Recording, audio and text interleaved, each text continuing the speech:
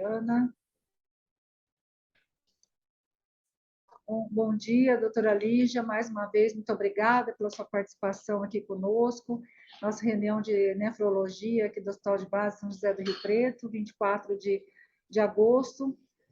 Muito prazer, doutora Lígia, porque nós temos aqui essa nossa reunião, a senhora veio o ano passado, esteve aqui, né, online, né, e nós tivemos esses 2 anos de pandemia. A doutora Lígia tem uma participação extremamente importante, principalmente nesse processo todo da pandemia.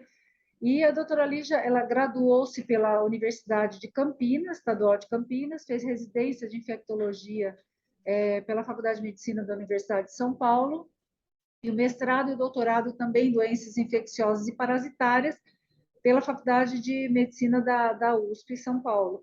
E hoje, atualmente, ela atua como infectologista da divisão também lá de doenças infecciosas do Hospital das Clínicas da USP, e também hoje ela atua como infectologista, ela é coordenadora de infectologia da DASA, né, do laboratório, e tem uma participação grande em todo esse processo desses 2 anos, principalmente pandemia, ela tem sido bastante ativa, né? Então, doutora Lígia, aqui nós temos os nossos residentes, tem os alunos, tem todo o pessoal do staff da NEFRO, e tem o doutor Rinaldo, que é da infectologia. Então, muito obrigada novamente, e agora a palavra é sua. Obrigada, Maria Alice, obrigada aí pelo convite, Mário, é sempre um prazer estar participando aqui à distância, mas é próximo, né? E a gente tem realmente enfrentado bastante coisa junta nesses 2 anos de pandemia. Um abraço aí especial para o Rinaldo, a gente trabalhou junto, né, no HC, e ainda trabalha algumas coisas juntas, né? Então sempre é um prazer também. Eu estou tentando aqui ver aonde que está o ícone. Engraçado, né? A gente toda hora, mas agora, neste momento, o ícone de, de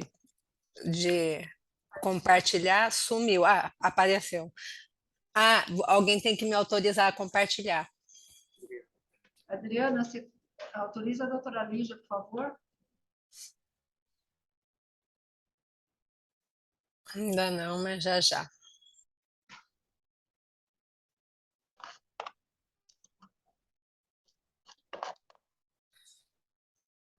Ainda não, mas é só daqui a pouquinho já entra.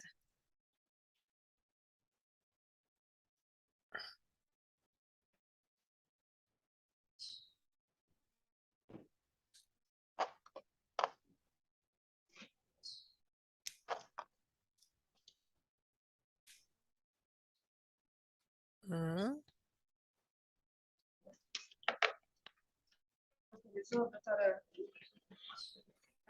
Está autorizado, já está autorizado. Então, beleza. Vamos aqui. Vocês estão enxergando bem? Sim, tá. Tá ótimo. Esses são, assim, atualmente eu tenho esses vínculos aí de consultoria, né? E eu procurei trazer aqui o máximo de coisa nova e de publicação mais recente para a gente discutir. Bom, só para compartilhar com vocês, saiu essa revisão de complicações infecciosas pós-transplante renal, bem recente, que é uma revisão muito bem feita, interessante, mas que traz aqui o que a gente vem enfrentando no dia a dia, né? Infecção como a principal complicação pós-transplante, e a divisão clássica dessas complicações infecciosas ao longo do tempo pós-transplante, aí num período precoce, nos primeiros 30 dias, basicamente a internação do transplante, né? O período de maior imunossupressão, que é essa coluna do meio, de 1 mês até, ele coloca aqui até 1 ano, né? Normalmente até 6 meses, mas de fato, muitas vezes nas terapias de indução de imunossupressão, a gente acaba tendo uma intensidade de imunossupressão importante, ao longo dos 12 meses pós-transplante e na fase tardia, após 1 ano, em que a gente tem tanto as infecções oportunistas como as infecções comunitárias, né. Então, essa é o predomínio aí das infecções, adquiridas no hospital, as infecções nosocomiais na internação e as infecções comunitárias e as reativações. Esse é um estudo que eu não sei se vocês tiveram a oportunidade de ver, eu acho interessante, que é a coorte, da Suíça, que traz a infecção no primeiro ano pós-transplante, a incidência e a distribuição no número grande de pacientes transplantados, mais de 2.500, predomínio transplante sempre de rim, né? Traz aqui um gráfico da incidência cumulativa de infecção ao longo do pós-transplante, aí os principais, né? O transplante cardíaco, o transplante de rim e pâncreas, aí nesse sentido até o transplante renal tem uma incidência acumulativa de infecção no primeiro ano menor em relação aos demais.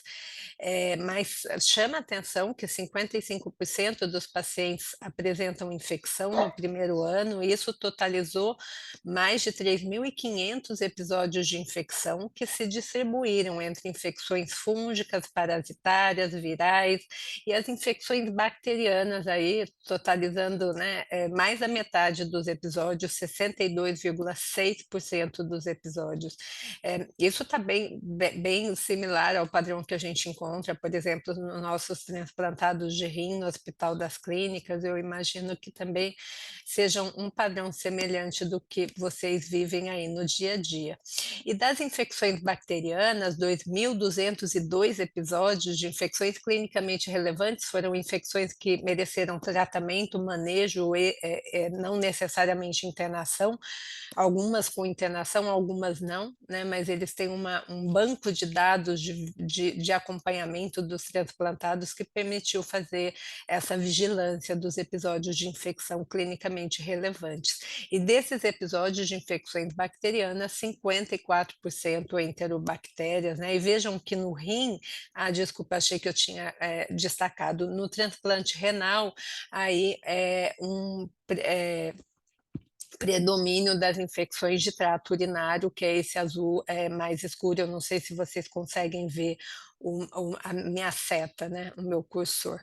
E das infecções urinárias, 1.039 episódios, uns 30, desculpa, das infecções virais, 1.039 episódios, 30% dos episódios totais de infecção, chama atenção a importância dos herpes vírus, né? Então, para todos os tipos de transplante, o tipo de transplante está aqui embaixo na figura, chama atenção a prevalência dos herpes vírus, mesmo que esses pacientes tenham feito profilaxia antiviral e a maior parte antiviral.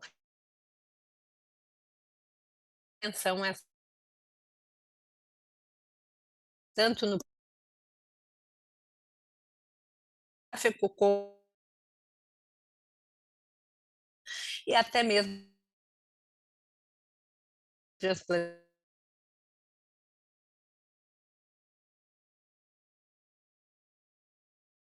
representa citomégalos, impacto dessa estudo recente, eu acho bastante interessante, que é um estudo no Hospital de Israel, com 317 transplantados eh, eh, hepáticos, né, que 45% deles apresentaram pelo menos um episódio de infecção nos primeiros 6 meses. E quando eles viram nos fatores associados à mortalidade, ter mais de um episódio de infecção foi impactante. E quando a gente olha aqui nesses gráficos de Kaplan-Meier, a sobrevida do paciente que teve infecção de sítio cirúrgico foi bem inferior à sobrevida dos pacientes que não tiveram infecção de sítio cirúrgico, e também aqui no gráfico abaixo, a dicotomização dos grupos de ter só um episódio de infecção, né, que é 55% na coorte da Suíça teve, e ter mais de um episódio faz diferença na sobrevida do paciente.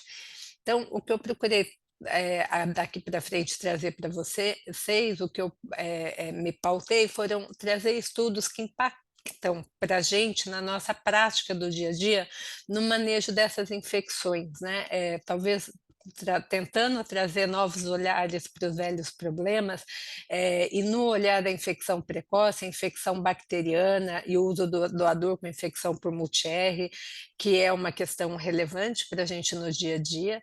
Em relação a essas infecções de primeiro ano, trazer só um pouquinho de citomegalovírus e tuberculose, o que mudou em relação à tuberculose latente, das infecções tardias, os dados mais recentes de Covid, eu não poderia deixar de pontuar que a gente talvez tenha que discutir, já estamos discutindo a questão do transplante e monkeypox. Então, em relação às infecções bacterianas, atualmente, né, a grande importância dos agentes multidrogas resistentes.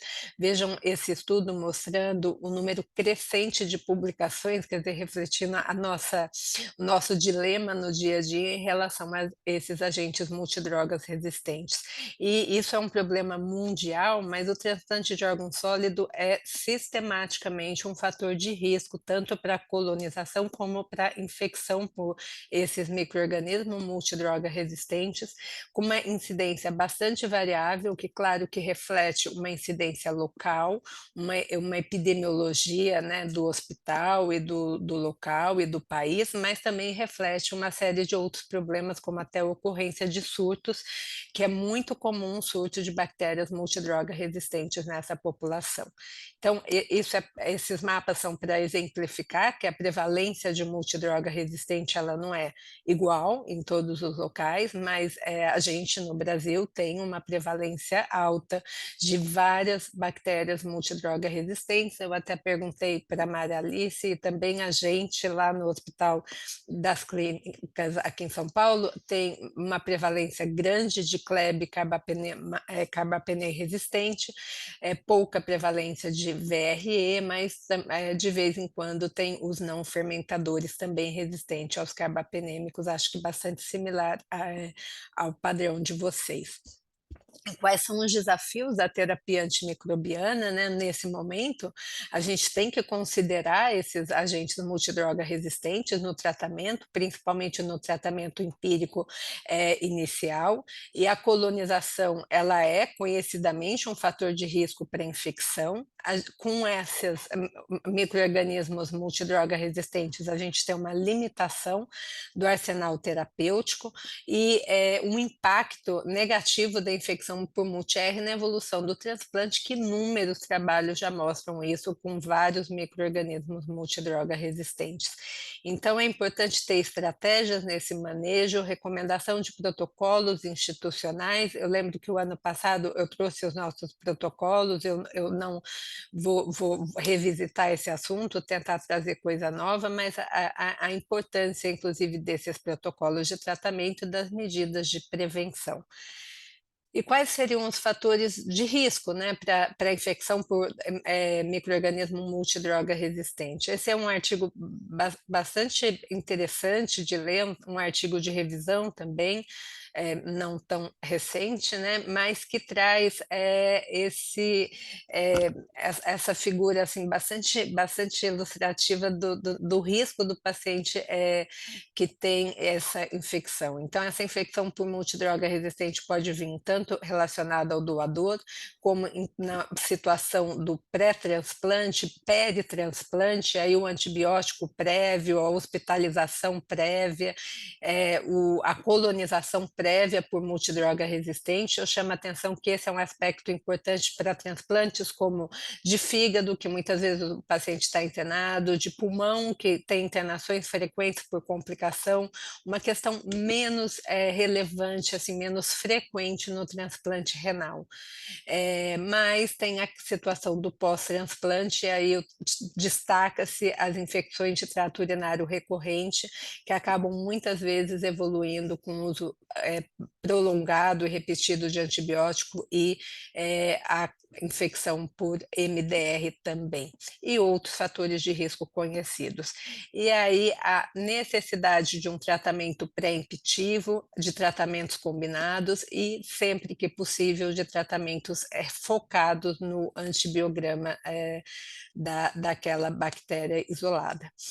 E em relação aos doadores com bactérias multidroga resistentes, eu quis trazer esse documento, porque é um documento que acabou de sair, é um documento que é disponível, e se vocês tiverem dificuldade de acesso, eu posso enviar para vocês, é um pouco grande, porque é um documento do Comitê Europeu de qualidade, né, e segurança do transplante, mas o capítulo 8 é o capítulo de infecção.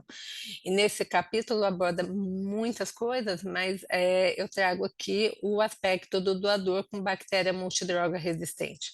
Então, a colonização de vias aéreas, suave retal, que é muito frequente a gente encontrar de bactéria multidroga resistente, não contraindica o transplante, exceto, né, e é um entendimento comum quando essa bactéria é encontrada em vias aéreas, que se recomenda não utilizar para pulmão, e encontrada em rins, que recomenda-se não utilizar, na urina, que recomenda não se utilizar os rins para o transplante renal. E, claro, infecção ativa, bacteremia, que contraindicaria o transplante, independente, inclusive, do perfil de resistência, né? Mas existe, claro, uma preocupação maior quando tem esse perfil de multidroga resistente, sobretudo quando não tem opção terapêutica, que muitas vezes é o caso. E esse é um estudo recente, publicado esse ano, do impacto do doador com colonização por MDR no receptor. Esse estudo, ele divide os receptores de acordo com o tipo de doador que eles tiveram. Então, a gente tem aqui, na primeira coluna, receptores de doador com cultura negativa, 88 casos. Depois, na próxima coluna, receptores de doadores que tinham cultura positiva, mas não eram multidroga resistentes.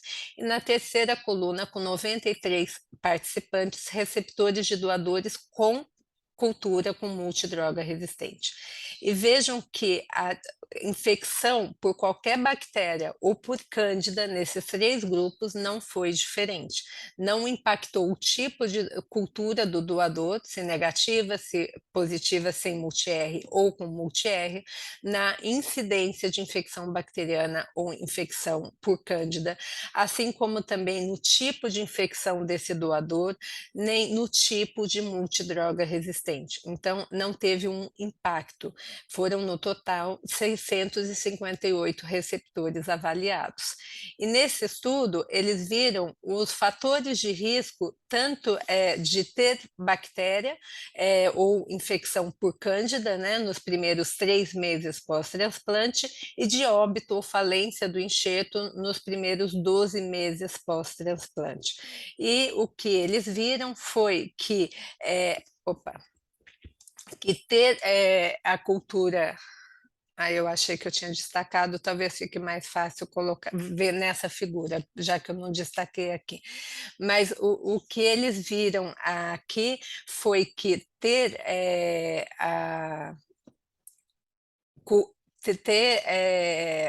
cultura do doador positivo com multidroga resistente impactou muito pouco, né, na chance de infecção bacteriana ou infecção por cândida, e impactou sim na chance de falha do enxerto e de óbito. Então, isso é importante, porque o doador com multi-R foi associado com esse aumento de infecção, mas não foi associado com aumento de chance de falha ou de óbito. Então, vejam que aqui o hazard ratio está 0,45, com um intervalo bastante prolongado de 0,15 a 1,36. Acho que essa figura fica mais nítido para a gente falar sobre isso. Veja um tempo de pós-transplante de infecção bacteriana ou doença por cândida nos 3 meses, e aqui a mortalidade ou perda de enxerto.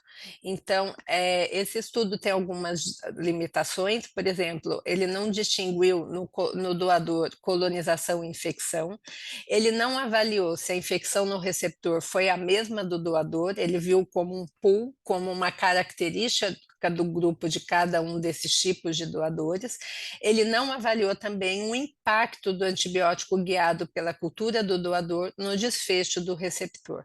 De qualquer maneira, ele traz uma discussão muito importante, como assim, um estudo de coorte desses três tipos de doadores na segurança de se usar o que cada vez mais a gente vê na prática clínica, que é doador com alguma cultura de micro-organismo multidroga resistente.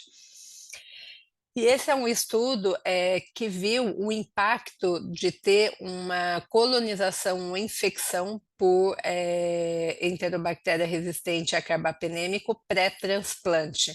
CRE, né? Quando a gente fala CRE, enterobactéria resistente a carbapenêmico. Foi um estudo multicêntrico internacional, a gente participou pelo HC e também o Hospital Federal de Minas Gerais, totalizou 60 transplantados, a maioria transplante hepático e cardíaco, mas também teve um pouco de transplante renal. A infecção pós-transplante por CRE ocorreu em 40%, com uma mediana pós-transplante de 9 dias, a maior parte, como era esperado, infecção de sítio cirúrgico, mas chama a atenção que mesmo esses desculpa que tá. Mesmo esses receptores que tinham essa colonização pré-transplante, a sobrevida em um ano foi super boa, foi de 77%, embora ele chame a atenção que quem teve infecção por CRE sobrevida. Mas, assim, então a avaliação infecção por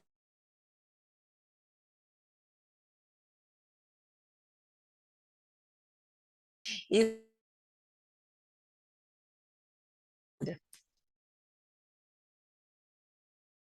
mostra que a infecção por CRE, a sobrevida no grupo como um todo foi muito boa, mas depois quem evoluiu com infecção e colonização é um fator conhecido de infecção por CRE no pós-transplante, e isso realmente não é bom, como a gente já sabe. Infecção e ajuste super importante e não deixa de ser menos e até mais importante, muitas vezes, na infecção por multidroga resistente pela limitação de arsenal antimicrobiano é o controle da fonte de infecção e a duração da terapia. E os agentes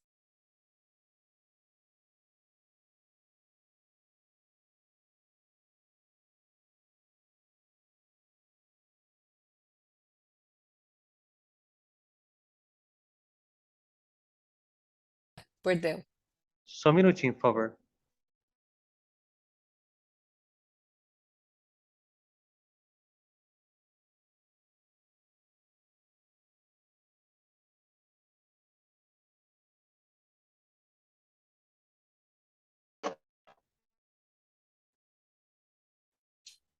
Doutora, tá ouvindo? Estou ouvindo. Pode dar continuidade, por favor. Então, a ADS é muito importante, de algumas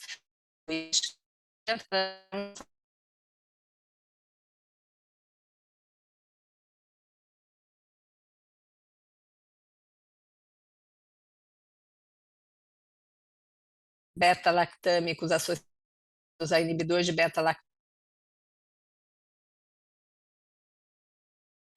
pode, muitas vezes,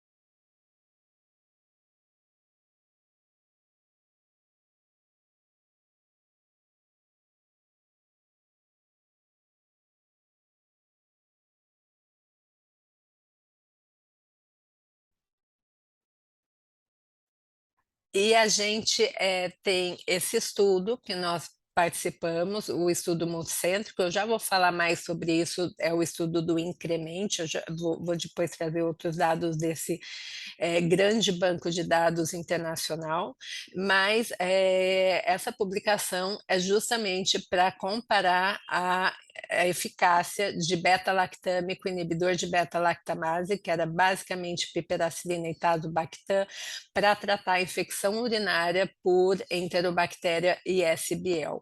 E o que mostra esse estudo, foram 30 centros transplantadores, né, uma análise com 306 transplantados renais, que tanto a chance de falha nos primeiros 7 dias, como a chance de falha nos 30 dias, foi de 8% e 13%, e não diferiu em relação a quem usou beta-lactâmico inibidor de beta-lactamase e quem usou carbapenem.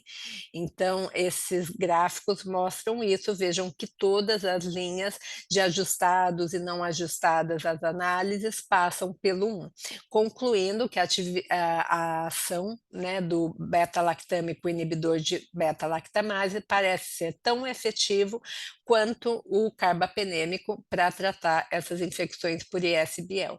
E isso é importante? É bastante importante, porque é bem interessante, sempre que possível, a gente poupar o uso do carbapenem nos pacientes que têm chance de usar outra terapia que não o carbapenem, pensando na redução do risco de ter enterobactéria resistentes aos carbapenêmicos. E isso é bastante interessante. E esse é um modelo preditor de tratamento empírico por ISBL. O que eles propõem? Eles propõem um score de risco para entender quem é o paciente que merece tratar empiricamente para ISBL e quem é o paciente que pode tratar com antimicrobiano, como, por exemplo, cefalosporina de terceira geração. Então, é um modelo que tem 18 pontos, 4 categorias, 10 variáveis nas 4 categorias, que passam por colonização e infecção por enterobactéria nos últimos 12 meses, antibiótico nos últimos 6 meses, gravidade da doença e uso de imunossupressão. E ele propõe, nessa performance do teste, o score de 2, com uma sensibilidade e uma especificidade aqui mostrado, mas o mais importante é o valor preditivo negativo de 90% praticamente. E com isso ele mostra que pessoas com um cutoff acima de 2 devem ser consideradas para o tratamento empírico com carbapenem, porque devem tratar empiricamente para ISBL. As enterobactérias resistentes a carbapenêmicos é um problema, e para a gente é um problema principal em relação às ISBLs no HC, aqui em São Paulo. A gente tem diferentes enzimas que degradam os carbapenêmicos, né, as carbapenemases. O CRE no transplante, então a enterobactéria resistente a carbapenêmico no transplante, ela tem uma incidência também muito variável. O que é importante é que muitas vezes essa infecção está relacionada ao órgão transplantado, tem uma falha clínica e microbiológica muito grande, com elevadas taxas de mortalidade. E esse é um estudo interessante, é um estudo que faz uma análise do impacto dessa infecção por CRE em pacientes vulneráveis, de 8 estudos, e esses pacientes vulneráveis são transplantados, pacientes com neoplasias e cirurgias cardíacas. E eles dividem num grupo que teve infecção e num grupo controle. O grupo controle ou não teve infecção ou teve infecção por CLEB sensível ao carbapenêmico. E o que ele mostrou que teve um aumento significante da mortalidade, a gente pode ver aqui nessa figura, dos pacientes que tiveram infecção por CLEB resistente a carbapenêmico, com odds de mortalidade de quase 6. Isso é claramente sentido no transplante renal, esse é um dado do nosso serviço, mostrando o impacto na sobrevida de ter infecção por uma CRE, né, no caso Klebsiella resistente a carbapenêmico, que a gente aqui viu até por estudos de biologia molecular que 100% foram KPC, e os fatores de risco para essas infecções também são muito importantes a gente avaliar e são os conhecidos, que é o uso prévio de CRE e as infecções recorrentes, foco fechado. A mortalidade foi em torno de 50%, mas vejam que a mortalidade difere muito pelo tipo de infecção e, sem dúvida, a principal infecção é o sítio cirúrgico, em segundo, o trato urinário na nossa casuística do HC. E muitas vezes a gente tem que lembrar dos fatores de risco específicos nessa população, que também é a colonização e a linfopenia e a idade. E esse é uma estratificação da proporção de infecção por CRE de acordo com o grupo de cada variável. Então, partindo de uma casuística aqui com 313 pacientes colonizados por CRE. A gente tinha nos pacientes que tinham 50 CRE resistente à polimixina, a probabilidade de infecção foi de 50%. Desses pacientes que tivessem colonizados por CRE resistente à polimixina e também tivessem uso prévio de carbapenêmico, a chance de infecção era de 93%. Então, isso é bastante importante porque coloca para a gente um flag, um sinal grande de alerta para esse tipo de paciente que a gente tem muitas vezes internado. E aqui é um modelo preditivo, assim como a gente teve um modelo preditivo de infecção por ISB, é um modelo preditivo de infecção por enterobactéria resistente à carbapenemase, resistente a carbapenêmico. E este é um modelo que foi feito em pacientes não transplantados, em pacientes gerais, naquele estudo que eu comentei com vocês do incremente. Esse é um incremente população geral. E eles chegaram a um score que passa por sepsis severa ou choque séptico, uma gravidade clínica de bacteremia, que é o PIT score, a gravidade do paciente, a fonte da infecção, que seja outra que não trato urinário ou trato biliar, o tratamento empírico é inapropriado e tem uma pontuação nesse score. E aí a gente tem um incremente do transplante. Eu trago aqui essa figura que coloca todos os serviços participantes e aqui os serviços do Brasil, que como vocês podem ver, mais 800 transplantados que foram seguidos neste período. E aí, com este grupo de incremento SOT e desses transplantados, foi avaliado um score de risco de ter infecção por CRE de acordo com fatores de risco específicos do transplante, não só aquele fator de risco do estudo geral da população, que é o incremento CPE, mas os fatores de risco específicos, ter tido infecção por citomegalovírus, ter linfopenia, não controlar a fonte e a terapia inapropriada. E, na verdade, esse score ele não se soma, né? Então, continua tendo uma pontuação máxima aí. E ele é muito importante, a proposta é essa, que o paciente que tem esse incremento score menor que 8, que é da população geral, se ele não teve doença prévia e se ele tem menos fatores de risco, ele poderia fazer o uso de uma monoterapia, mas se ele tem principalmente doença por CMV prévia, um score da população geral maior ou igual a 8, principalmente outros fatores de riscos, que seria esses aqui específicos do transplante, a necessidade de uma terapia combinada. Com a dificuldade de se avaliar o impacto da terapia combinada muitas vezes, a grande maioria da terapia combinada inclui o aminoglicosídeo, colistina e tigeciclina.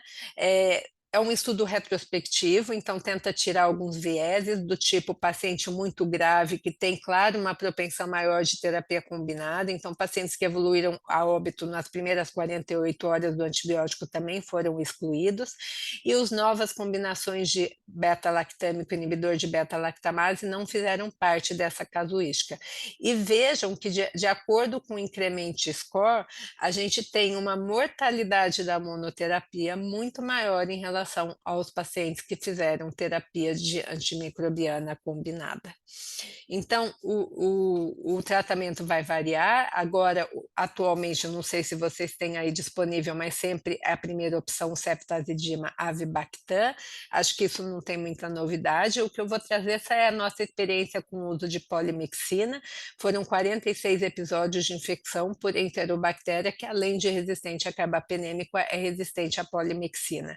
A gente fez terapia combinada na grande maioria, 78 casos, por cento dos casos, inclusive com duplo carbapenêmico em alguns casos, tigecyclina, mica, fósforo, e a gente mostra aqui nessa análise os fatores de risco para falha terapêutica, que foram a presença de diabetes mellitus e o uso da amicacina como um fator protetor, com odds de 0,047 na univariada e 0,12 na multivariada. O sucesso clínico, quando a gente associou aminoglicosídeo, foi de quase 80%, nos casos sem associação, de 37%. Claro que tem as possibilidades de vieses, também é um trabalho retrospectivo, observacional, mas é a nossa conduta usual associar aminoglicosídeo nesses casos.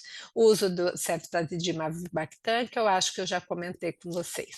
Passando para a gente falar um pouco do citomegalovírus e tuberculose, eu vou pontuar algumas poucas questões que eu acho principal. O citomegalovírus, trago esse trabalho porque é recente, eu acho que ele mostra bem o impacto da infecção, da viremia com ou sem doença, no desfecho do órgão, aqui uma relação direta com a rejeição aguda.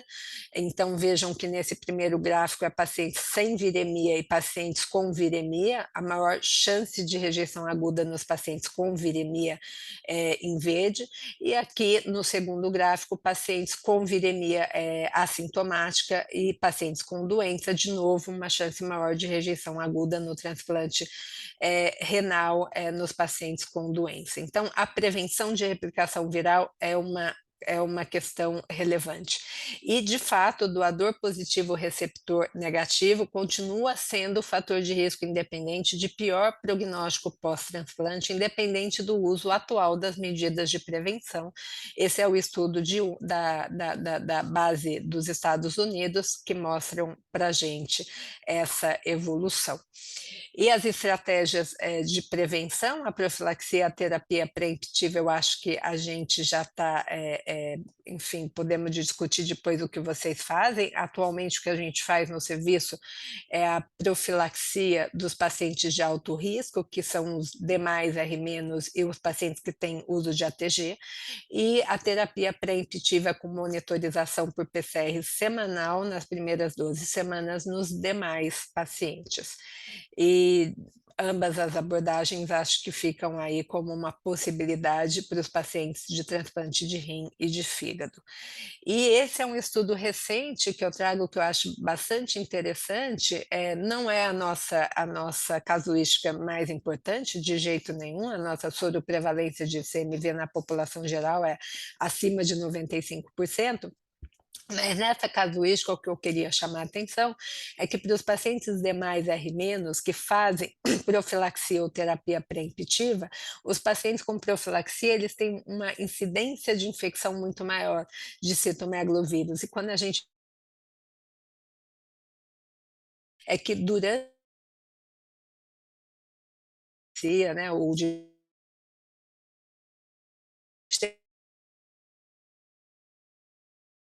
vem mais episódios, talvez por um experimento, uma montar a sua de vigilância receberam terapia pré-emptiva e a gente ainda teve um número considerável de pacientes com viremia recorrente, o que é esperado no grupo demais R-. E chamar a atenção que quando eles olharam para a resposta imune celular desses pacientes no terceiro mês pós-transplante, todos os marcadores de resposta de imune celular estavam estavam presentes de maneira mais intensa no grupo de terapia pré-emptiva, que fez muito menos doença tardia de CMV do que no grupo de profilaxia. Então essa é a ideia só do conceito, né, que eu acho que é sempre relevante. Eu trouxe aqui uma outra figura de uma publicação recente, que são os potenciais usos da avaliação da imunidade celular, CMV específica, no pós-transplante.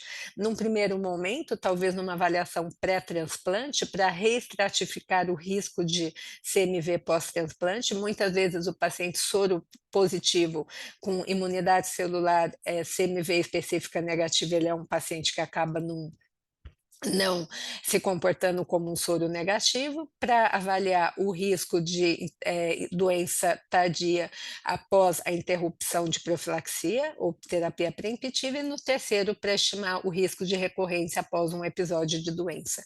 E eu trago só um estudo para exemplificar isso, acho que no próximo slide, não, está aqui, na Transplantation, é um estudo que eu gosto, porque é D+R+, que é exatamente o nosso cenário. É um estudo que faz de Barcelona, com 244 transplantados de rim, que tem o paciente de baixo risco imunológico e alto risco imunológico, né, pela indução com ATG ou a indução com Basilix, que teve 12 meses de acompanhamento com 15% de CMV doença tardia.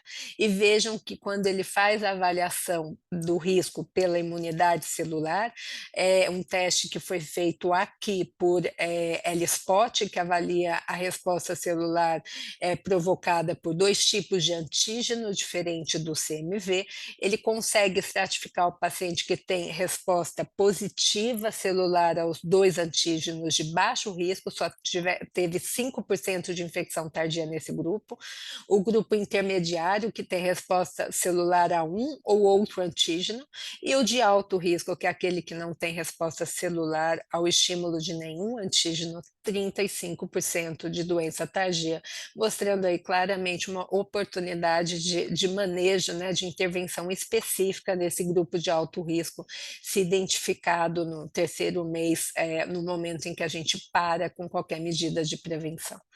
Da tuberculose, acho que eu vou passar mais rapidinho, eu deixo aqui todas as informações, inclusive o risco de transplante. Trouxe aqui alguns dados pós-pandemia, porque realmente eu quis trazer tuberculose para falar sobre o tratamento de infecção latente, num contexto em que a expectativa não é boa, a gente teve uma queda muito grande da possibilidade da continuidade, né, das ações de término de TB em 2050, né, 2030, 2050, com os passo a passo, por conta da pandemia e uma dificuldade no diagnóstico e manejo desses pacientes. Claramente a importância da tuberculose nessa população, trago essa tabela para mostrar a mortalidade desses pacientes na última tabela, na última coluna, a última linha é o dado do nosso serviço, 12% de mortalidade.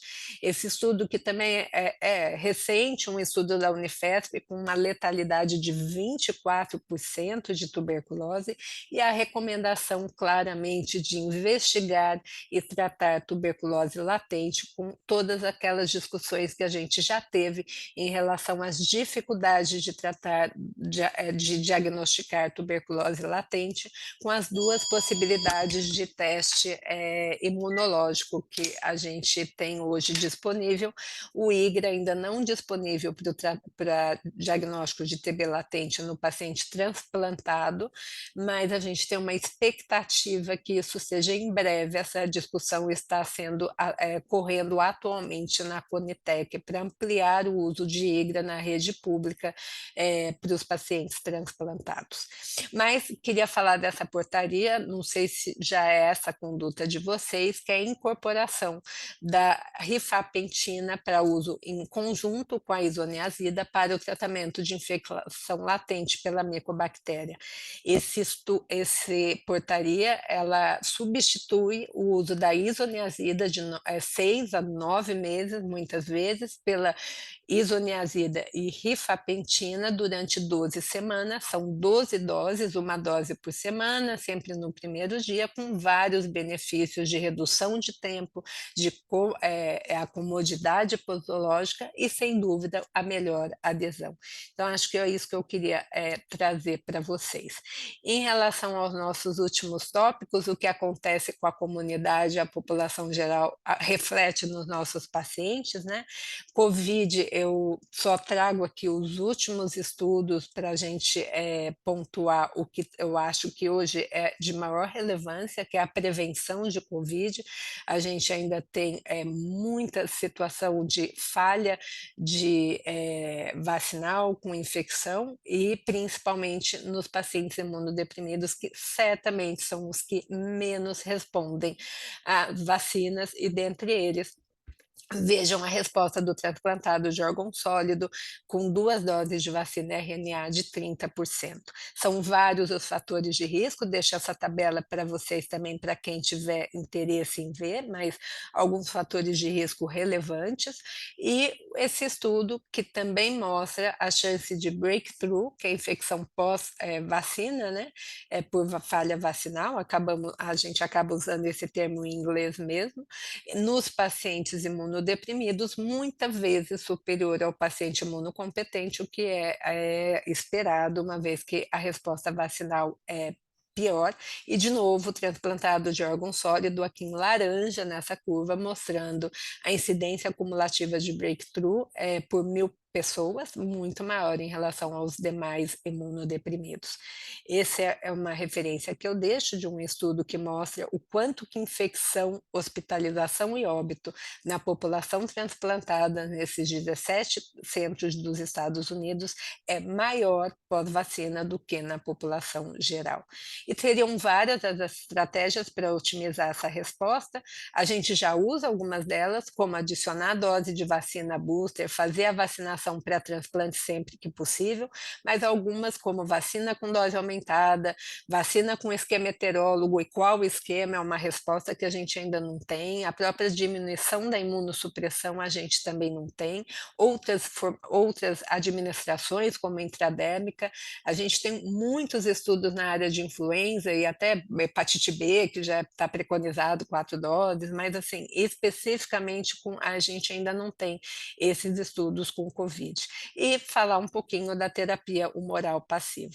Claramente, a dose de reforço, eu acho que não ficou com dúvida para ninguém, e olha, o incremento de soropositividade antes e pós a terceira dose, nos diferentes estudos, eu compilo aqui, e esse estudo é um dos vários que mostram que não só a soropositividade aumenta de 40% para 68% nessa casuística, mas a intensidade, né, a produção os níveis de anticorpos produzidos também aumenta, e vejam que essa produção ocorre, inclusive nos pacientes que falharam completamente na resposta vacinal às 2 doses anteriores. Eu acho que esses são argumentos que a gente acaba usando no dia a dia, não sei se vocês se deparam com isso, eu me deparo no HC mais do que para as outras vacinas, numa recusa do paciente de tomar reforços e outras doses, e isso é muito triste, mas é uma questão que a gente vem tendo que aprender a lidar, né?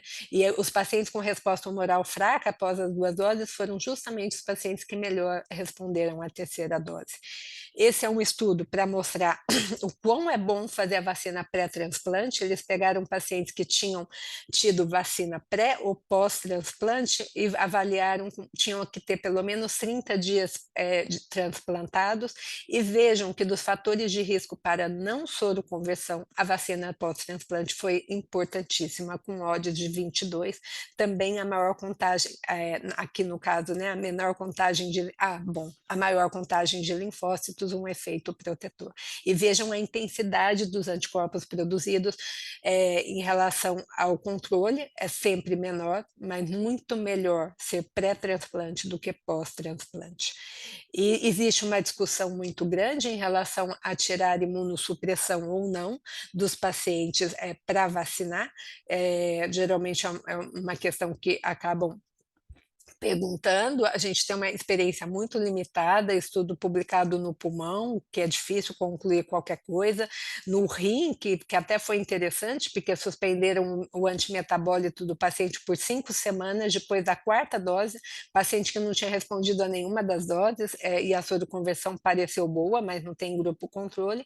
Tem um trial em andamento, que a gente aguarda ansiosamente os resultados, mas tudo isso tem um racional, de fato, um estudo multicêntrico, e não só, tem vários outros mostrando o impacto do micofenolato na resposta vacinal, inclusive uma relação, como a gente vê nessa figura, uma relação concentração dependente. Quanto maior a concentração de micofenolato, menor a produção de anticorpos. E checar a resposta vacinal é uma questão que também me perguntam, né, e a gente debate bastante. É fato que a resposta humoral é menor e a resposta celular também, né, e eu deixo várias referências aqui para quem tiver interesse, e alguns pacientes não respondem a nem resposta humoral e nem resposta celular, e esse número chega a ser expressivo em algumas casuísticas, mas se a gente for ver nessas figuras, a correlação entre os títulos de IgG com a resposta celular CD4 e CD8, ela não é linear, e os pacientes podem ter resposta celular presente, não ter resposta humoral e vice-versa, e é muito difícil avaliar o impacto disso tudo e checar isso na prática clínica, então, de maneira geral, não está recomendada. E essa situação de checar a resposta vacinal sem um correlato de proteção definido, fica ainda pior nesse momento em que a gente tem as variantes, né? Isso já vem se mostrando com todas as variantes, mas eu trago aqui o estudo bem recente, acabou de ser publicado esse mês, com a neutralização da Omicron de pacientes que tinham recebido 3 doses da vacina Moderna, lembrando que é a vacina de maior potencial imunogênico a que a gente tem hoje disponível. E vejam que aqui nessa primeira figura é quantas vezes reduziu o potencial de neutralização em ensaio de pseudovírus, no primeiro mês e no terceiro mês. A diminuição do potencial de neutralização foi bem menor para Delta e muito alta para Ômicron. Vejam nessa outra figura, eu acho que fica entender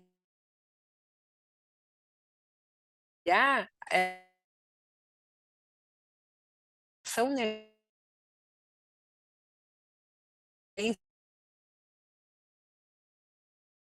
no mês como no corpo positivo, a gente tem bastante variável anti-R. Então essa assim, eu trago esses dados para a gente aprofundar essa questão do porquê que a gente não recomenda fazer a avaliação e a checagem de sorológica pós-vacina. E nesse intuito vem o papel dos anticorpos monoclonais. Essa figura eu acho muito bonita, é a figura que traz a parte do vírus que se liga ao AC2, né, o receptor celular, que é o RBD, com vários pontos de ligação desses anticorpos que poderiam neutralizar o vírus, então impedindo que ele entre na célula. Mas ela traz anticorpos que hoje a gente nem usa mais na prática clínica, pela, inclusive, queda da neutralização frente ao Ômicron, né, então foram anticorpos que, inclusive, pararam de ser utilizados, mas o que a gente tem hoje como prevenção de Covid pós-transplante é a combinação de anticorpo Tixagevimab, Silgavimab, também aprovado no Brasil, pela Anvisa, e o estudo pivotal é esse, é um estudo que foi feito antes da vacinação, embora grande parte desses pacientes acabaram e estava previsto no estudo se vacinando, um estudo que monitorou os pacientes por 180 dias, e eles mostram que o Covid sintomático foi muito menor nos pacientes que fizeram uso da combinação de Tixa e Silga, que é o Evusheld, em relação aos pacientes do grupo placebo, com uma redução do risco relativo de Covid de 77%. E os casos graves e óbitos todos ocorreram no grupo placebo. Esse estudo incluiu pacientes de risco de complicação de Covid, que basicamente foram indivíduos acima de 65 anos e obesos, poucos, 5% aproximadamente da casuística imunodeprimidos, muito pouco transplantados. E a experiência com transplante vem se somando. São alguns estudos, eu só trouxe esse estudo para exemplificar e trazer para vocês aqui essa discussão, que é um estudo retrospectivo de Harvard, do Leonardo Riella, do grupo dele, que 222 pacientes usaram profilaxia pré-exposição com Tixa-Silga, 222 não fizeram profilaxia por N razões, deveriam, não foi randomizado, mostrando a incidência de breakthrough muito maior no grupo controle, 14% em relação ao grupo com Tixa-Silga, e aí eles olharam, será que quem teve muita vacina não precisaria fazer Tixa-Silga? Veja que Tixa-Silga foi também benéfico em quem tinha 4 a 5 doses de vacina, mostrando que quem não teve Covid prévia também foi benéfico, eles não mostraram esse benefício em quem teve Covid prévio. E também em relação à dose, porque a dose inicial de Tixa-Silga era 150 mais 150, com a situação da Ômicron, o próprio FDA se antecipou à AstraZeneca, que é a produtora desse composto, em aumentar a dose, e eles mostraram que, de fato, os pacientes que usaram a dose aumentada, de 300 mais 300, se beneficiaram mais na redução de incidência de Covid em relação àqueles que usaram 150 mais 150, e hoje a recomendação da própria AstraZeneca é a recomendação de 300 mais 300. E o aumento do risco de long Covid nos casos, de Covid longa, nos casos de falha de infecção pós-vacina é muito alto e muito maior no paciente imunocomprometido em relação ao paciente não imunocomprometido. Então, a chance de óbito, todas essas chances são muitas vezes maior no paciente imunocomprometido em relação ao imunocompetente. A fadiga crônica, a dor muscular crônica, danos neurológicos, danos pulmonares prolongados. E a vacina, eu não trago esse estudo, mas é um estudo para quem tiver interesse, é bem legal, que protege contra as complicações também na população imunocomprometida, com menor eficácia em relação à população imunocompetente, esse estudo compara, mas também protege. E por fim, acho que meus últimos 2, 3 minutos em relação a monkeypox. E por que eu trouxe esse assunto final, Porque vai acabar também aparecendo no transplantado, e qual é a nossa expectativa, e uma explosão de casos desde maio, e já somando aí 45 mil casos, o Brasil está bem numa posição de muitos casos, terceiro país nesse ranking, e eu deixo também aqui os sites que a gente acompanhou muito de perto, sites que nos deram informações no dia a dia de Covid, agora eles nos dão informação no dia a dia de monkeypox. E monkeypox é um pox vírus, faz parte do ortopoxvírus, tem esse nome porque foi descoberto em macacos, mas na verdade provavelmente o hospedeiro que transmite são roedores, e é endêmica na África, e essa explosão de casos. Essa é a família do poxvírus, com esse highlight em vermelho a gente tem os 4 grupos que causam infecções em humanos, e o monkeypox está aqui nesse primeiro grupo dos ortopoxvírus, que é o mesmo grupo da varíola da vaccinia, que é o vírus da que está na vacina da varíola e que às vezes a gente tem infecção com pox, mas a gente tem, por exemplo, o molusco contagioso, que é dessa família do pox vírus, e todos eles causam infecções muito semelhantes, assim como também tem uma relação antigênica, sorologia com reação cruzada e assim por diante, e o diagnóstico diferencial. Isso vai ser importante também no nosso paciente transplantado quando a gente tiver um caso de monkeypox. E a transmissão, basicamente por contato direto ou indireto, com sangue, fluidos corporais, contato próximo, isso é bem claro, 95% um contato próximo dos casos até agora, mas a transmissão do vírus via gotículas respiratórias, eventualmente num ambiente intra-hospitalar ou num ambiente de casa, também não deixa de ser importante acontecer. E por que tudo isso no transplante, né? Então, o impacto, sempre que a gente se depara com uma nova situação, algumas questões a gente tem que se perguntar, né? Será que o transplantado tem maior risco de exposição, maior risco de adoecimento? E se adoecer é igual à apresentação clínica, e qual, né, como que eu diagnostico, como que eu uso a terapia e o risco de transmissão. Aí sempre a pergunta que a gente se faz, pode transmitir por sangue, tecidos e órgãos? Depois vocês me contam se vocês já se depararam com uma situação dessa aí em Ribeirão. Então, quais seriam as recomendações? A triagem tem que ter quarentena, né? Essa é uma questão.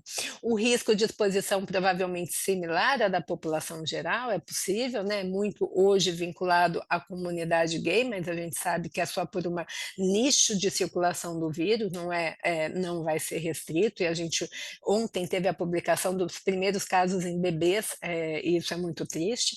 A apresentação clínica vai ser provavelmente mais intensa, né? Estou acompanhando muito de perto, sei que em grupos de WhatsApp alguns colegas relatam experiência, mas não vi nada publicado, pelo menos não achei. E o fato de ter uma infecção mais intensa se baseia na observação de complicações mais graves em pacientes imunocomprometidos, não só, crianças e gestantes também. No Brasil, a gente teve um paciente que morreu de linfoma, que tinha linfoma e era imunocomprometido. Eu não chamei atenção, mas depois, quando vocês tiverem acesso às tabelas, vocês vão ver que os casos de óbito são muito poucos, a grande maioria é benigno, autorresolvido, né, frente que o tratamento atualmente é recomendado para os casos de alto risco. E aí, nesse sentido, o Brasil tendo acesso aos antivirais possíveis, a gente teria indicação, sim, claro, de tratar o paciente transplantado. E aí, não poderia deixar de ser, né? Já temos uma publicação de alerta colocando aí as opções de vacina, que nós também não temos disponíveis, de imunoglobulina e de agente antiviral, todos eles pensando no paciente imunocomprometido, né? E realmente a gente não tem folga entre as pandemias, parece que não mesmo. Em relação ao risco de transmissão, nunca teve caso de transmissão do vírus da varíola, de macaco entre os órgãos. Os estudos, entretanto, mostram a presença do vírus no sangue. Existe vários relatos de viremia, inclusive relato de viremia após a resolução das lesões. Tem relato desses, foi demonstrada viremia, mas talvez não no período de incubação, e tem relato de transmissão do vírus na gestação. Então, claro que o risco de transmissão desse vírus por sangue, células e tecidos não pode ser descartado. Tem essa nota técnica que eu trago aqui da Anvisa, eu não me lembro, não sei se o Reinaldo, acho que é de julho, tá? Desculpa, eu não pedi a data, mas tem um número aí para quem quiser, que coloca que candidatos à doação de sangue com infecção sejam considerados inaptos até que todas as lesões estejam totalmente resolvidas e no mínimo 21 dias após o início dos sintomas. O que a gente vem checando com os colegas, ainda não tem nada publicado assim ao PTN, por exemplo, Estados Unidos e outros órgãos internacionais, eu não vi uma direção, mas o que a gente tem conversado com os colegas é que no transplante talvez faça mais sentido uma espera de 3 semanas após a resolução das lesões e não após o início dos sintomas. Nos pareceu esse tempo um pouco mais curto, essa discussão a gente está fechando dentro da COINT da BTO para trazer para vocês um posicionamento, assim também como os contactantes de caso de monkeypox.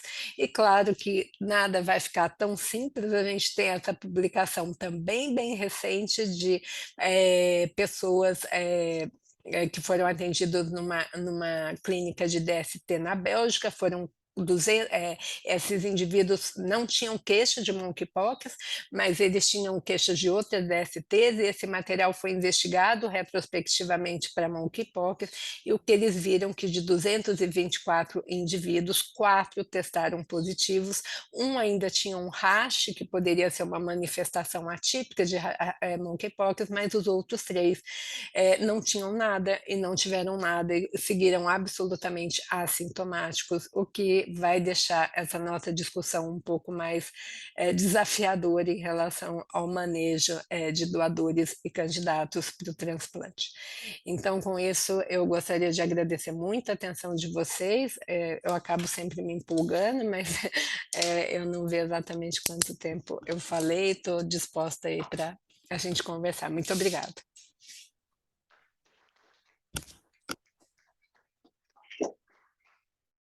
Muito obrigada, doutora Lígia, mais uma vez, pela sua excelente apresentação.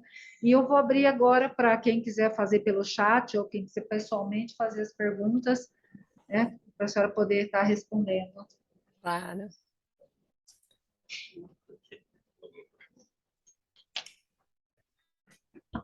Oi, professora. Eu queria só agradecer mesmo, o privilégio de novamente ter esse contato assim, e fica até difícil, porque foram muitos temas, muito denso, muita discussão, tá? Mas,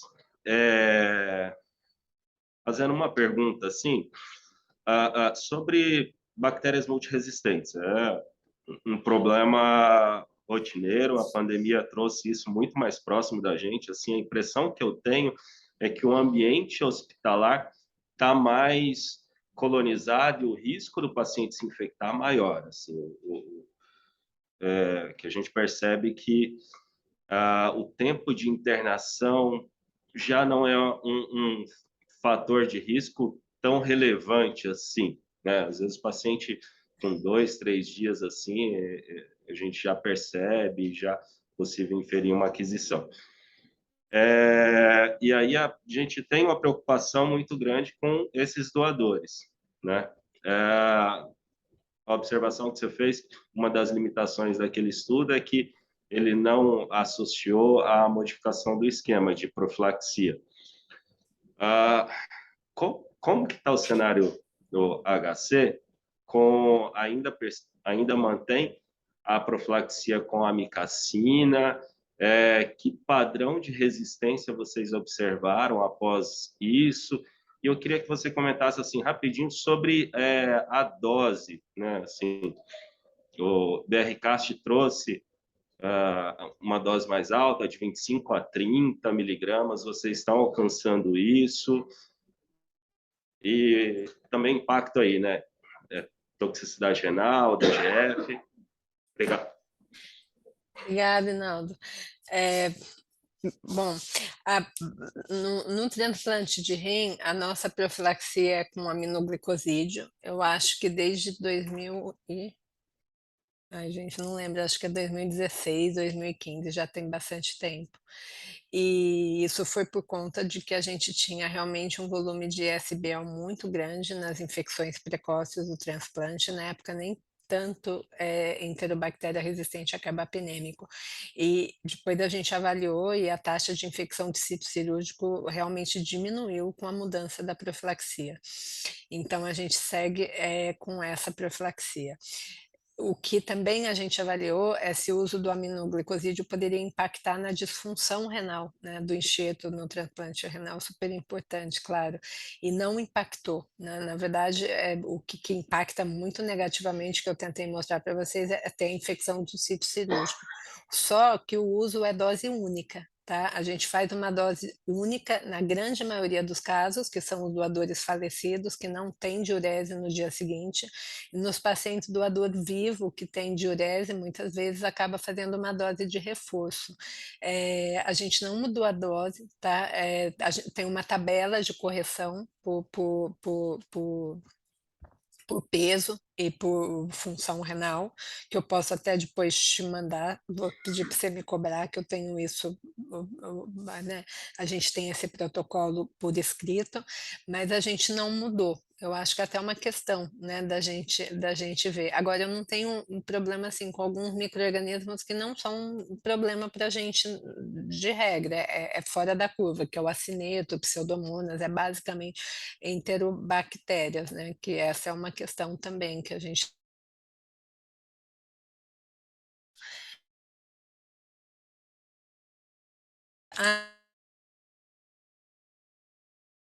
isso para a gente, dislaxia, não sei que o que faz a vigilância, a gente não tem esse dado, e a gente a chance de colonização aumenta a partir de 7 dias, é um horror. Inclusive nos cuidados do doador vivo, que é uma coisa que a gente discute muito, né, doutor Mário já participou dessa discussão, quer dizer, se a gente já tem dificuldade com o manejo, né, com as práticas de boa prática na UTI, imagina no doador, o doador né, que deu morte encefálica, a gente tem uma quebra aí dos cuidados de higiene de mão e de tudo mais, com a chance de colonização muito grande nesse momento da captação. Então, e a gente não tem esse dado, né? Está tendo um estudo agora que quem está liderando é o Luiz Fernando Camargo, da Unifesp, com doadores bacterêmicos, para a gente ver o impacto disso no receptor, né? E ele compilou aí um número bem grande, a gente está participando no HC, a gente teve muitos também pacientes incluídos, eu acho que vai ser uma resposta bastante interessante para a gente olhar esse dado.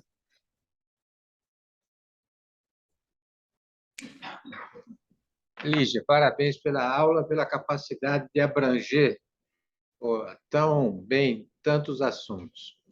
A minha pergunta é referente ao Covid, não poderia deixar de ser. Nós não estamos aceitando aqui ainda o doador positivo.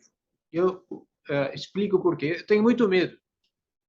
E os casos ainda são escassos na literatura, mas a tendência é aceitar. A primeira situação é: você tem um candidato a transplante que está em diálise e tomou 3 doses que nós exigimos para colocar em lista de espera da vacina. Eu não faço a menor ideia de como estão os anticorpos dele, e mesmo se soubesse, eu não diria que aquele paciente estaria imunizado ou não, porque eu acho que, saindo de título, você teria anticorpo neutralizante. Então, esse é o primeiro ponto. Como medir, se vocês têm aí no HC, como medir esse grau de imunização, se a gente puder dizer assim, desse potencial candidato ao transplante? Tá. Esse é o primeiro. E a segunda situação é esse potencial candidato a transplante que vai para transplante e recebe, e tem uma oferta de um rim de doador COVID positivo. E por qualquer outra razão, eu tenho que induzi-lo com timoglobulina, por exemplo. E aí? Como é que eu posso avaliar essas duas situações? Tá. Perfeito. Obrigado, viu, doutor Mário? Eu acho que faltou isso. Não, acho que vocês iam apagar o vídeo, não é mais isso, mas acho que faltou eu falar disso, mas é um assunto importante. A gente está aceitando doador positivo, até diminuiu a porcentagem de positividade, né? Mas, enfim, ainda tem. Saiu agora o dado, acho que vocês viram, da Unifesp, acho que, se eu não estou enganada, foram 5 doadores, algo assim, e o dado de Fortaleza, né? Mas esse embasamento do uso do doador positivo, ele realmente ele vem de uma experiência aí na prática, né? Alguns transplantes inadvertidos, alguns transplantes que eles resolveram fazer com termo de consentimento e assumiram um risco, mas com tudo isso ele vem somando muito dado, somando muita informação. A casuística a norte-americana mostrou 700.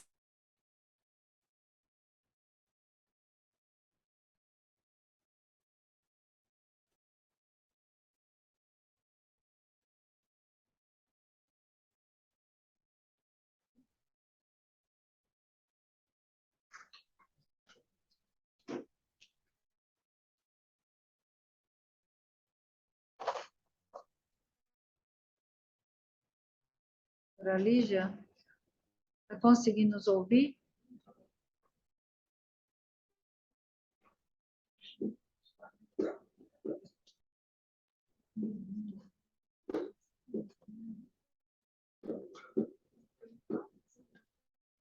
Doutora Lígia?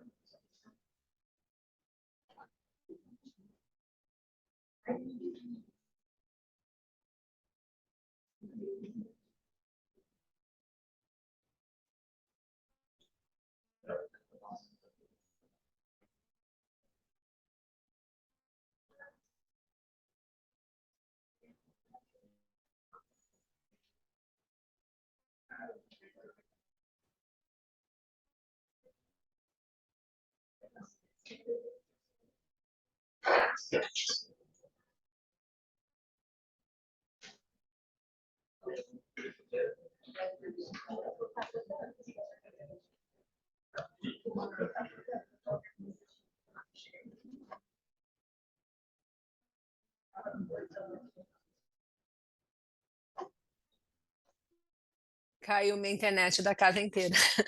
E essas duas preocupações, doutor Mário, que o senhor coloca, tanto da questão de checar a imunidade do candidato, como da imunossupressão, elas acabaram sendo exploradas pelos grupos, né, que saíram na frente, da casuísticas dos centros americanos e europeu. E o que eles viram é que muitos centros aceitaram esses doadores e mantiveram a imunossupressão, mantiveram a TG, não mudaram nada e foram bem, e eles tiveram sucesso nos candidatos, independente de ter vacina ou não. Algumas experiências iniciais usaram anticorpos monoclonais, esses anticorpos que eu comentei, outros na época, né, porque a gente não tinha Omicron, mas depois vieram somando experiências sem anticorpos, alguns usaram antiviral, depois pararam de usar antiviral, e acho que hoje a tendência é não checar a sorologia do candidato, inclusive os guides nossos internacionais colocam que essa não é uma limitação. Eu invejo vocês, eu acho que devia ser uma limitação para transplante, sim, tem regra para transplantar, eu também queria ter essa regra, mas eu não tenho no HC, aqui em São Paulo, mas não é uma recomendação, né, aceitar este doador para o determinado candidato em função de ter ou não vacina, ter ou não anti-RBD, fazer ou não ATG. Eu acho que essa por uma segurança aí que vem se somando. E eu tenho perguntas ainda. Eu acho que a própria evidência da sobrevida do enxerto, né, do doador, a gente não sabe se esse doador teve mesmo uma infecção limitada, se ele teve uma infecção assintomática, uma infecção sistêmica, porque a gente tem doador de todo jeito, né? A gente vem até com muito pouca experiência. Será que realmente não impacta na sobrevida do enxerto? A gente tem só uma resposta dos primeiros 30 dias da casuística dos Estados Unidos. Eu não sei em 6 meses. meses, né? Não sei. Eu acho que ainda é um assunto que a gente precisa acompanhar muito de perto, mas em relação ao anti-RBD não tem sido recomendação, em relação à mudança de usar ou não ATG também não se recomenda mudar a indicação. Obrigado. Imagina. Parabéns, doutora Lígia, pela aula. Já foram jogados aí, parabéns por tudo. Eu tenho duas dúvidas práticas e acho que simples, assim. Uma em relação a determinados grupos que a gente ou controla o transplante, como no doador vivo, a data, ou que a gente sabe que vai sair rápido, tipo a criança ou o paciente priorizado. Pelos estudos que a senhora mostrou, né, sabe que essa terceira dose é de extrema importância. Quanto tempo você espera depois dessa terceira ou quarta dose, se o paciente tiver tomado pré-transplante? E a outra pergunta é se as bacteriúrias assintomáticas em paciente com bactérias multiresistentes, se vocês estão tratando ou não. E se sim, até quando? Até o final do primeiro mês? Como que está sendo feita essa dinâmica? Tá, legal, obrigada. Em relação ao tempo de aguardo, assim, eu acho que tem dois olhares, né? O tempo de pós-vacina para liberar o transplante. Tem o olhar da segurança, e nesse sentido, todas as vacinas hoje disponíveis de plataforma são de plataformas de parte de vírus inativado, né? Então, a recomendação tem sido aguardar só um período aí inicial de uma semana para possíveis complicações da vacina e liberar, diferente uma vacina de vírus vivo atenuado, né? Agora, você tem um outro olhar, se for possível, o olhar de montar resposta imunológica, né? Eu acho que daí, neste intuito, se for possível, normalmente 2 semanas. Sempre que a gente faz essas avaliações de anticorpos e tudo, o tempo ideal é de 14 a 28 dias. Então, no mínimo 7, do ponto de vista de proteção, e dentro do possível caso a caso, 14 a 28, né? Olhando da resposta imunológica, porque às vezes realmente você vai dar um ATG, ou mesmo que não der um pulso de corticoide, você vai, né, impactar na produção de anticorpos que ainda estava assim, ocorrendo, né, a pleno vapor. Isso não pode não ser legal. Em relação à bacteriúria assintomática, o que a gente discute muito, eu acho que é uma conduta que ficou bem padronizada hoje no serviço, é que a gente só trata a bacteriúria assintomática no primeiro mês, acima de 1 mês a gente não trata, com todas as ressalvas que a gente sofre, né, para saber o que é assintomático e o que não é. Assim, o sintomático do transplante não é o sintomático clássico da população geral, né, assim, dificilmente o paciente vem contando uma disúria clássica. Pode até vir, mas assim, são coisas muitas vezes sutis, de mudança de padrão urinário, de percepção. O que a gente não valoriza é o odor e cor, né? Porque isso realmente é muito pouco específico de infecção urinária, mas valoriza um aumento de creatinina, enfim, valoriza poucas alterações, a gente valoriza como sintomático, porque é uma população especial, mas a gente não trata, se assim ficar definido bacteriúria assintomática, após 30 dias, e aí, independente do perfil, tá? Não muda o nosso ímpeto de tratamento, se é resistente, multidroga resistente, se tem, enfim, não muda, é pela clínica, sintomático ou assintomático, após 30 dias a gente não trata.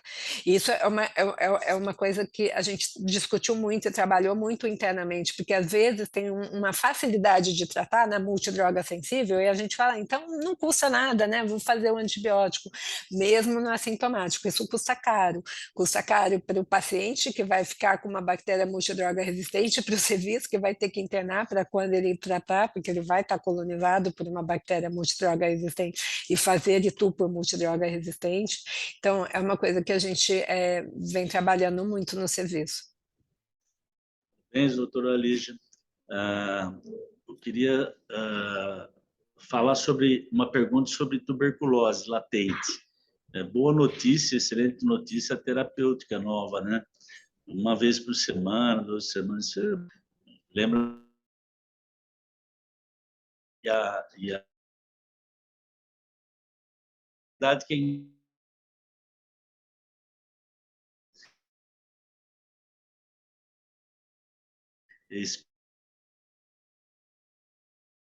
terapêutica ou não? Alguma coisa?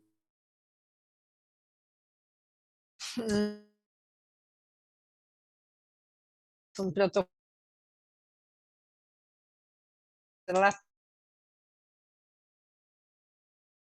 que o HC está implementando o teste de imunologia por IGRA, né, por produção de interferon, e eu acho que isso vai ajudar na discussão do serviço e na implementação do que eu acho que tem que fazer, que é a sistemática investigação de tuberculose latente e tratamento. A gente não faz no Hospital das Clínicas, a Unifesp mostrou esse dado também que eles têm, eles também não fazem, e essa é uma realidade do Brasil, né? A gente discute muito isso, e deveria fazer, tá? É muito que não se faz essa investigação de tuberculose latente, é porque a investigação de tuberculose latente, ela às vezes é difícil, né? Não tem um padrão ouro, a gente acaba deixando passar, e o teste tuberculínico, que é para a gente um teste assim que pode ser fácil de fazer, um marcador de se teve ou não contato com tuberculose, ele é muito ruim no paciente candidato a transplante, ele já foi até pior, eu acho, vocês me corrijam, né? Eu estou falando com especialistas, mas a minha impressão é que ele já foi pior no passado, que os pacientes eram pior dialisados. Hoje ele é um teste até melhor, mas sem dúvida é um teste com muito mais falso negativo na população candidata em relação à população geral. Então ele foi desacreditado e a própria política de vigilância, né, de investigação e tratamento de tuberculose latente também. Então a gente não faz, mas sempre que me chega um caso específico, e às vezes chega, né, um paciente que teve alguém com tuberculose em casa e a equipe quer que avalie especificamente aquele caso, enfim, ou qualquer outra situação, eu indico a investigação e o tratamento tem sido agora com esse tratamento semanal de rifampicina e isoniazida. Mas eu gostaria muito de virar essa chave num futuro próximo. Vocês fazem investigação de tuberculose latente? A gente não faz, né? A gente fez um inquérito pela a BTO, não sei se o doutor Mário lembra, já tem muito tempo, em 2009, e mais da metade dos serviços de transplante no Brasil não fazem investigação de tuberculose latente. Então, eu acho que isso é uma questão, e por isso que eu trago até aqui, para a gente se animar a fazer e tratar. Certeza. Então, doutora Lígia, mais uma vez, muito obrigada. Espero poder contar novamente no futuro com a sua presença, né? E muito obrigada, e quem sabe a senhora venha conhecer São José do Rio Preto aqui, né? Que é a nossa cidade aqui, um pouco quente para vocês, mas que será muito bem recebida. Muito obrigada, doutora Lígia. Eu que agradeço, é um prazer. Muito obrigada. Até mais, gente. Tchau, Obrigada. tchau. Bom dia aí, boa tarde para todos. Bom dia. Tchau, Alice. Um beijo, tchau. Tchau, tchau.